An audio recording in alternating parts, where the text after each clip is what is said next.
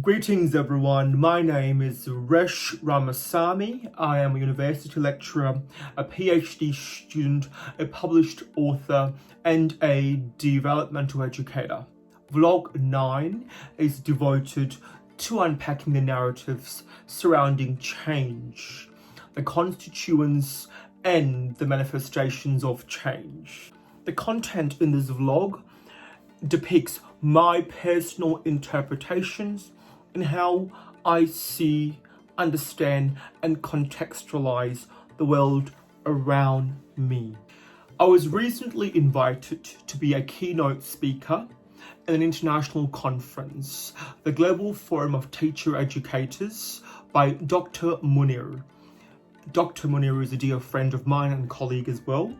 And it was such a great opportunity to be able to network and dialogue with international scholars and academics. And as I share my perspective on change, please allow me to posit two questions to you all now. Firstly, what is change? And secondly, what does change mean to you? Two very simple questions. However, it requires deep critical thinking in order for you to provide an intelligible response. Now, let's acknowledge that change means different things for different people, and that's completely fine as well. We all have a personal interpretation, a personal relevance to what constitutes change for us, for me, for you, and for they. I was doing some research, as I always do with all my vlogs, because I'd like to also provide some objective interpretations coupled with my subjective interpretations as well. And a few key articles that talked about change used words such as this: transformation, evolution, modification, movement, growth, and gains. And there were a few other examples, but these words I felt really encapsulated the entirety of what change means to me and to most of my friends as well. And it also really emphasizes that change is complex, change is multidimensional, and yet we expect people and ourselves to make that change very quickly. Today I'll be walking you through the transtheoretical model of behavioural change, or commonly known as stages of change. The model was actually founded by Francesca and Di Clemente in the 1970s. And this model or framework is devoted to discerning a person's willingness, or how ready is a person to make that change.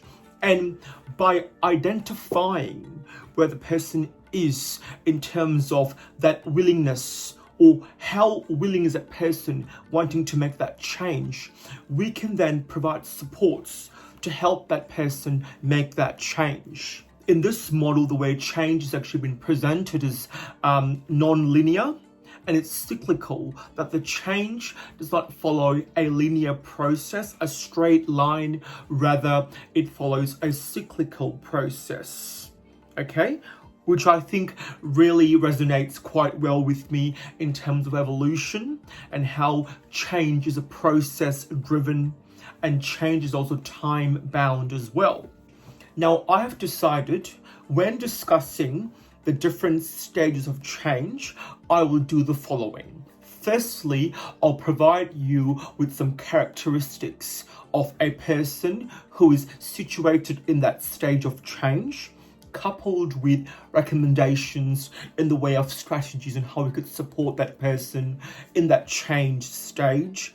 And furthermore, I'll make reference to an example, a case example, or a case scenario to provide you with a deeper illumination on those respective stages. Stage 1 is the pre-contemplation stage. In this stage, the person who is deemed as having a behaviour of concern has no intention to make that change. The person is in denial and don't see the behaviour as being a problem of concern to them.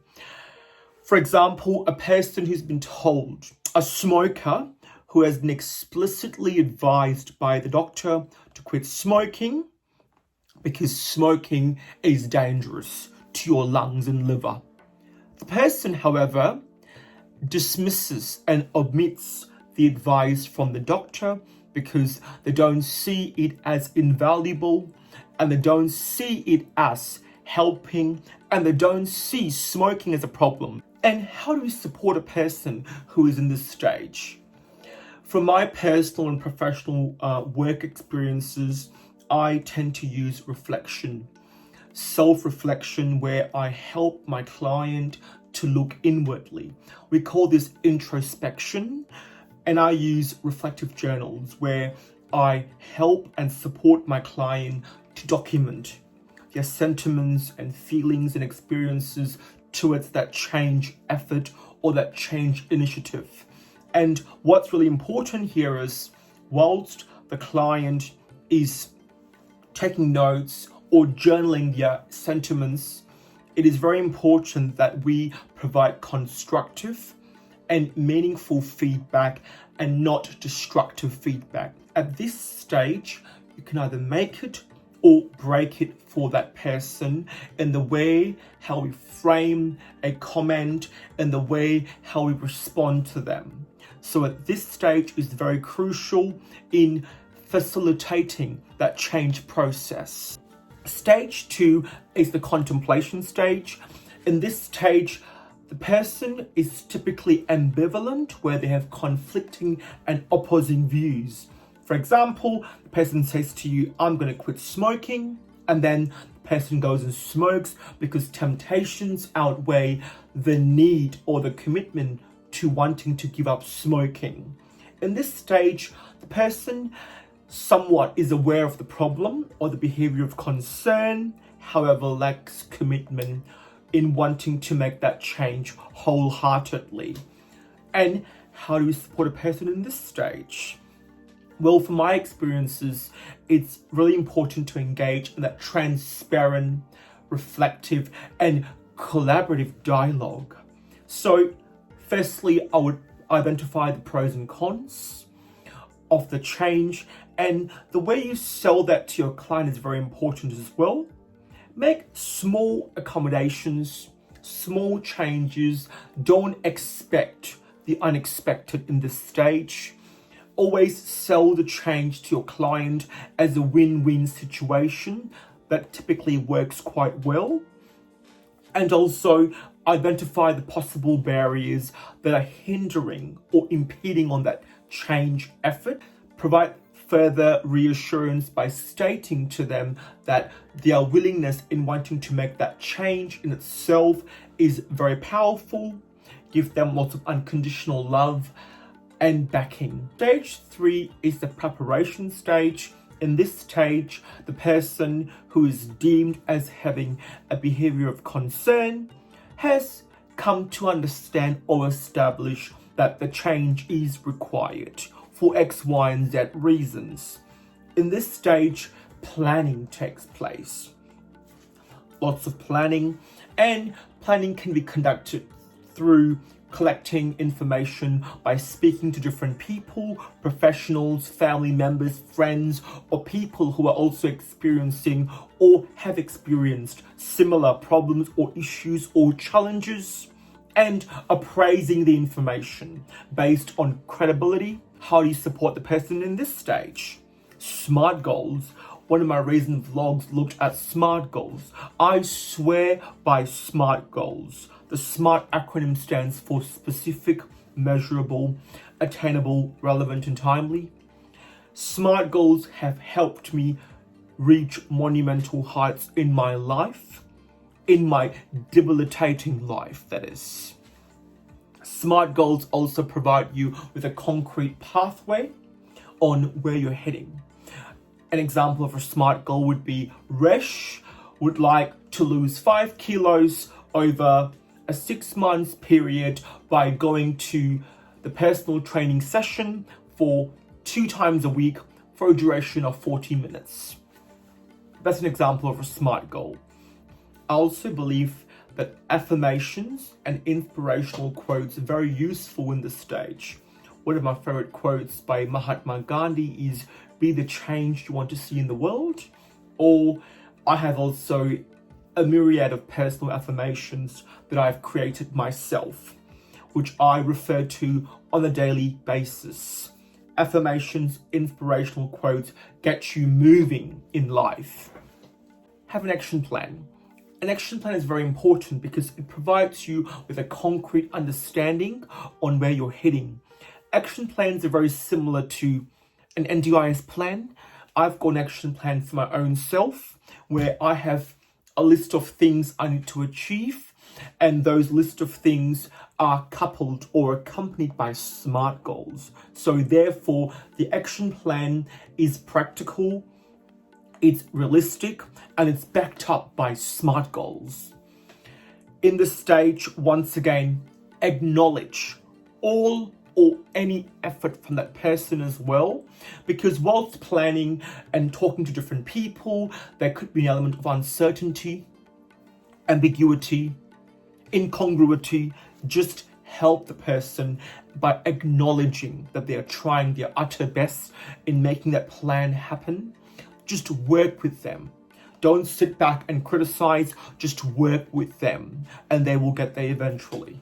Stage 4 is the action stage. In this stage, it is literally enacting or actioning the plan from stage 3, the preparation stage. In stage 4, you are essentially enacting or activating the action plan. And that translates to goal implementation. All the SMART goals that you had put together in stage 3, now the goals become alive and activated. In this stage as well, the person who is deemed as having a behaviour of concern has a clear pathway and a clear direction on where they're heading. And how do we support a person in this stage? Well, congratulate, celebrate, and champion every effort and successes that they make. In this stage, it takes guts, it takes courage to enact that change. Okay, so it's really important that you actually support the person unconditionally and provide lots of backing in every way possible, and provide lots of encouragement as well. And one of the things that I found for my professional work is by identifying the person's intrinsic and extrinsic motivations. Now, to make a change in your life, there must be different variables at play. The interplay of intrinsic and extrinsic motivators. Once you've found that out, and once you've identified those with your client, the action stage becomes more alive and it becomes a lot more faster as well. So in this stage, work out the intrinsic, extrinsic motivations and provide support along the way for the person to make that change effort. Stage 5 is the maintenance stage. In this stage, I essentially call this stage a way of life. It is a lifestyle change. You've gone from A to B. In this stage, the person who is deemed as having a behaviour of concern has a new replacement behaviour. Woohoo! Voila! In this stage, the person is dedicated and has self-control in maintaining that new behaviour, the new learned and conditioned behaviour as a way of life. The person routinely or regularly engages in that behaviour because the behaviour itself has become a conditioned response. In this stage, we want to continue to congratulate, to continue to reward, continue to celebrate the efforts and successes of that person for maintaining that behaviour, that replacement behaviour. I've seen a lot in society where people don't actually say thank you enough or great work enough or compliment people who do great things or do things well. Within workplaces, your bosses don't even say great job, well done, good stuff. There is a lack of that. But you make one single mistake, they will find out ways and means and measures to really emphasize and over embellish the problem. Something so minuscule and trivial becomes gigantic and colossal. So in this stage, we want to really show gratitude and appreciation and acknowledgement. The person is maintaining that replacement behavior wholeheartedly with dedication, pride, and self-control. What's important in this stage is to develop some coping mechanisms, some coping strategies on how we would negotiate and navigate that new replacement behavior. Now, as we all know, life is good, bad, and ugly. There are good days, bad days, and ugly, rainy days. As soon as you're born, life is complex, life is hard. Get over it, get used to it, but embrace it as well. So in this stage, you want to really understand how will you negotiate and navigate difficulties, tribulations, and challenges by ensuring that new replacement behavior is not disrupted and is maintained. Stage 6 is the lapse or the relapse stage. A lapse is literally a one-off occurrence or a temporary slip back into the old ways of doing things, while the relapse is actually a full-blown return to a pattern, an old pattern of behavior or response. Some of the characteristics that govern this stage 6, the lapse or the relapse stage, are as follows. Mental health is a big one. Trauma, failures and setbacks. We all experience hardships in life, but for some people, the hardships are quite big and has a profound effect in their life, a profound impact or a debilitating impact in their life, where it really knocks them out completely or momentarily. And how do we support a person who is in this stage? This is quite a difficult stage because people who have supported the person to make that change can become quite frustrated, aggressive, agitated, pissed off, angry. Now, research suggests, yes, do your own research as well, but recovery has ups and downs. Relapse and lapse is part and parcel of recovery. People spend so much time criticizing, blaming, shaming, naming, undermining, dehumanizing people who are in this stage. You're hopeless. I told you won't get far. I told you won't make it. Stop. Take some time to reflect on their journey, on their positive journey. What a transformation it has been. What a transformation it has been for the person. Acknowledge that win. Acknowledge all the small wins. Don't preoccupy yourself in criticizing people. Preoccupy yourself in seeing the good in people. So take a moment to reflect or help the person reflect on how far they have come. Once that's done, because that might take some time, re-evaluate the barriers. What are the possible barriers in this instance? And this is where it's important to revisit stages 4 and 5, the action stage and the maintenance stage, and looking at the strategies that were deployed to make that change effort, and perhaps those strategies in the way of goal implementations or action plans need to be revisited, modified, amended to suit the new circumstances. That's fine too. It will be purposeful for me to also provide you with some practical applications on what to do and not to do when supporting a person with change. What to do?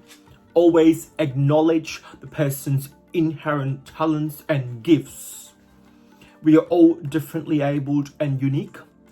Let's acknowledge that. Change is an individual process, not a collective process or journey. Acknowledge that. We all respond to change differently, and we all have different demands and needs, and how we interpret and enact change is very much an individual thing. Acknowledge the smallest of efforts. Make a fuss over it. People routinely are so used to acknowledging big wins where they omit the smallest of wins. Make a fuss over every win, small or big.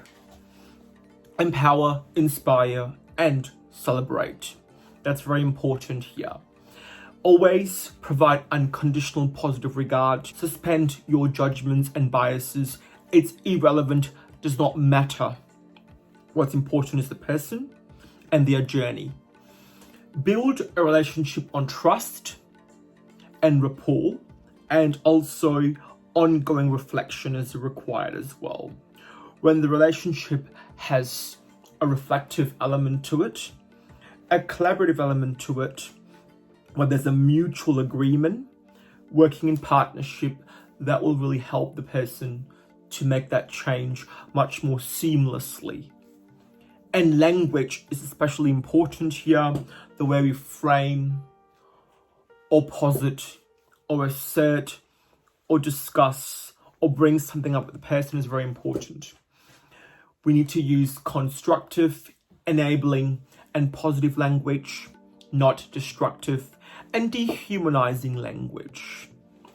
What not to do? Compare and contrast with other people. This is quite common in the Indian culture, especially among parents who compare their children with other children. Blame, shame, dehumanize people, not needed. Okay? No one is actually perfect in the world. We are perfect imperfections. Manipulate by using emotional blackmail, and also cultural ideologies come in the way as well.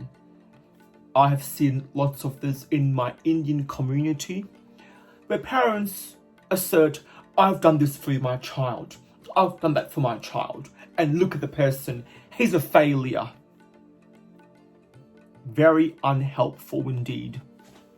Isolate and preoccupy yourself with the person's weaknesses, shortcomings, or deficits. Now, in my SMART goal vlog, I actually posited the notion where a weakness is actually an underdeveloped strength, and I will stand by that.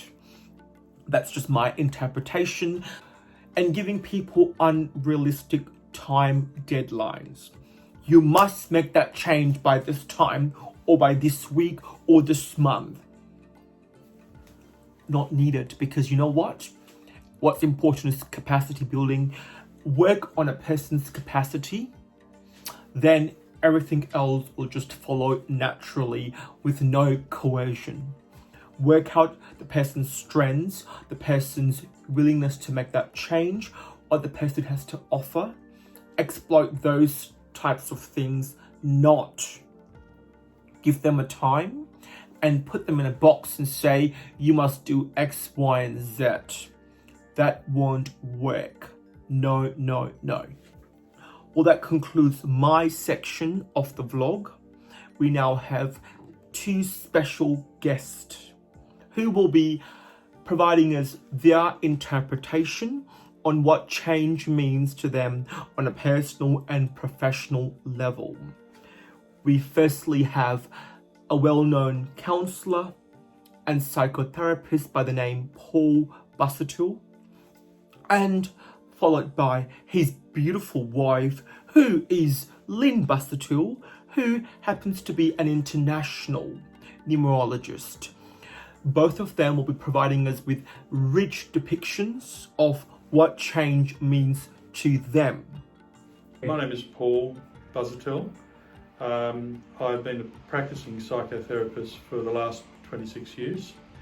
I began my career in the corporate sector, but due to family commitments, because the corporate sector was so demanding in travel, I decided to work predominantly closer to home. As a result, I have a consulting room at home and in North Adelaide. I classify myself as a general practitioner. I don't specifically specialise in any one area of counselling and therapy. I find that more interesting, and I don't predominantly focus on any one modality. There are several modalities I could use in therapy at any one time. Change really enhances our growth, irrespective of our age. I think as humans, if we cease to adopt regular change, we seem to reduce our ability to grow. And I believe also it keeps us youthful as well, because we are extending our minds, we're extending our ideas, and if we're extending our minds, we're also extending ourselves physically through the many minds we have in our cellular system. Well, when you think about the training in psychotherapy, the original training concepts, and later we're seeing huge developments in understanding the way the mind works. Particularly, I'm a big fan of neuroscience, which has developed incredible, fast and effective methods, particularly with trauma, and changing people's attitude, negative attitudes. So I think change in general has its light and dark side. I think generally if change has its intent in being positive, then I think it has to be very beneficial. I think some people adapt to reading very well, and not only do they adapt to reading, but they also adapt to applying what they read. Some people don't. Some people benefit more by listening to somebody, or by being coached by somebody, or there might be a benefit to them as a result of some crisis in their life. That crisis may exist as a result of a reluctance to change. But I believe we need to keep changing, irrespective of what our age are, and comparing our attitudes in our life to, let's say, 10 years ago, and our system of conduct, I suppose, that changes with development. I'm an international numerologist of some 40 years. I conduct workshops, have students and clients all over the globe. Change, growth, it's all about growth. Sometimes change can be positive and sometimes not so positive, but change is good. Change is all about growth to me. Change professionally for me means expansion of one's mental, emotional, physical and spiritual capacities. Change is about compromise in some instances, especially if other people are involved, because we're not all going to be agreeable. There are good aspects, not so negative aspects, and sometimes destructive aspects. First thing I do when a change is about to occur in my life is I look at my natal chart and work out exactly what the numbers are doing, or the frequency of those numbers are doing at the time before I make a decision or acknowledge the change. Well, that concludes the vlog on change. I hope you've enjoyed it and I hope you've learned something from it.